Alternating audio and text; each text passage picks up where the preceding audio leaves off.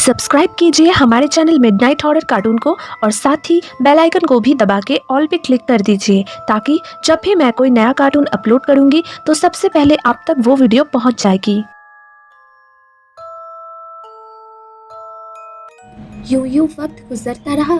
शहनाज एक अजीब किस्म की बेचैनी और अकेलापन का शिकार हो रही थी। आजकल कॉलेज की भी छुट्टियां थी और मोबाइल पर दोस्तों से कितनी बातें करती और कब तक टीवी देखती। किसी से अपनी कैफियत शेयर भी नहीं कर सकती थी क्योंकि घर खरीदने के लिए सबसे ज्यादा उतावली वही थी। उस दिन अचानक अम्मी को प्रोफेसर साहब की दोस्त की वालिदा के इंतकाल पर जाना पड़ गया तो अप्पू ने अम्मी को जनाजा उठने से पहले पहुंचने के लिए कहा था। अम्मी, मैं घर में अकेले कैसे रहूंगी? शहनाज ने अपनी अम्मी से कहा। मैंने तुम्हारे भाई को मैसेज कर दिया है, वो मुझे 1 घंटे बाद पिकअप कर लेगा। तुम्हारे अब्बू तो जनाजा पढ़कर ही आएंगे। तुम तब तक टीवी देखती रहना और हाँ, जब तक मैं वापस ना आऊं तुम दरवाजा मत खोलना। माँ के चले जाने के बाद शहनाज ने लाउंज में रखे टीवी को ऑन किया। उसका पसंदीदा ड्रामा आ रहा था। अचानक उसे लगा कि उसके पीछे कोई खड़ा है। उसने पीछे मुड़कर देखा तो कोई नहीं था। ला हौल वला कुव्वत। उसको अपनी ही बुज़दिली पर हंसी आ गई। अब उसको सर्दी महसूस हो रही थी। नवंबर का महीना था और खुले इलाके के वजह से फिजा में खुनकी सी पैदा हो गई थी।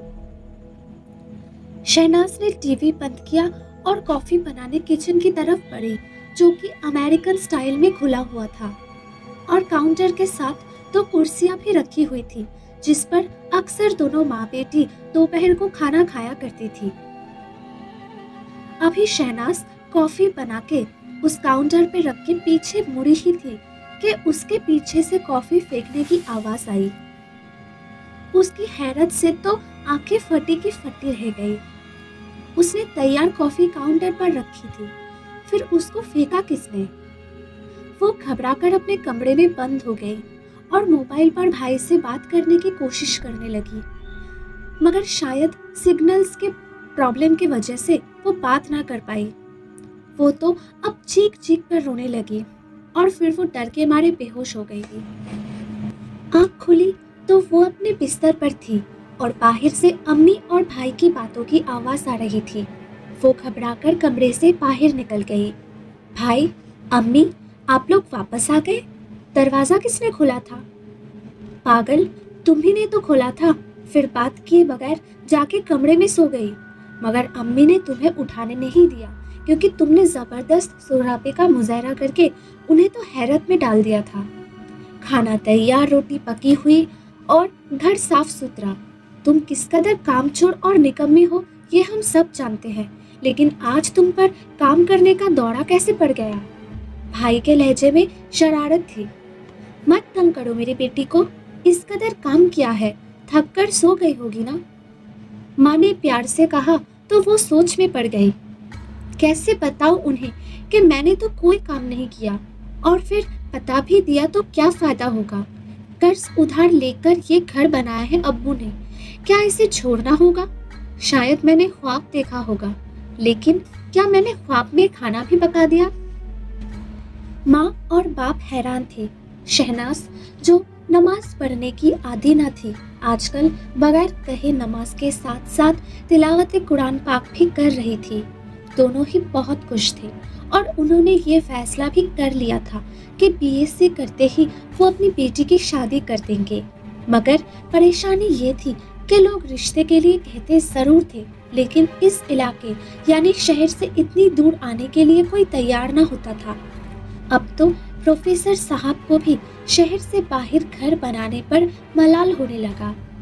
घर खरीदने से पहले उन्हें घर वालों की और लोगों की राय को अहमियत देना चाहिए था, या कम से कम इतना ही करते कि इस्तिखारा ही कर लेते।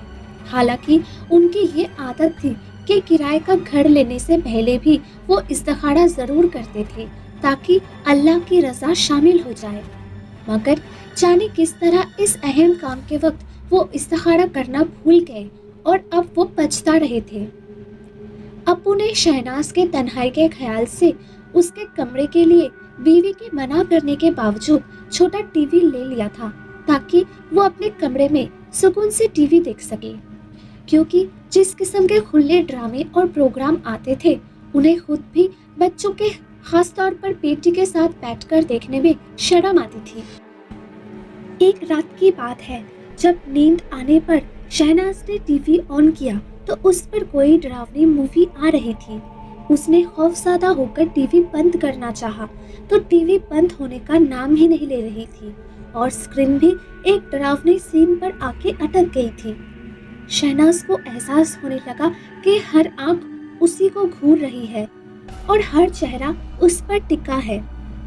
एक जिगरपाश और खौफनाक नजारा उसके सामने था। खौफ से उसका अपना चेहरा मस्क हो गया था, हाथ पांव जैसे मफलूज और गला खुश्क। उसकी तो आवाज हलक में ही अटक गई।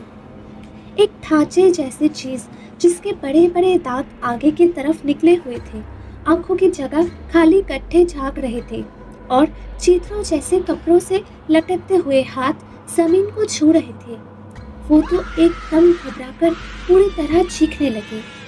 उसकी चीखें सुनकर सब उसके कमरे में आ गए।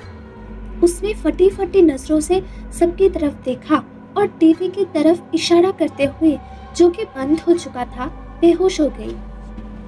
जब उसको होश आया तो कुछ लम्हे तो जहन ने काम करना बंद कर दिया। फिर रफ्ता रफ्ता याद आने पर वो माँ से लिपट कर रोने लगी और एक एक लफ्ज उन्हें बता दिया। बेटी, आखिर तुम मुंह ही मुंह में क्या बिरबिरा रही हो?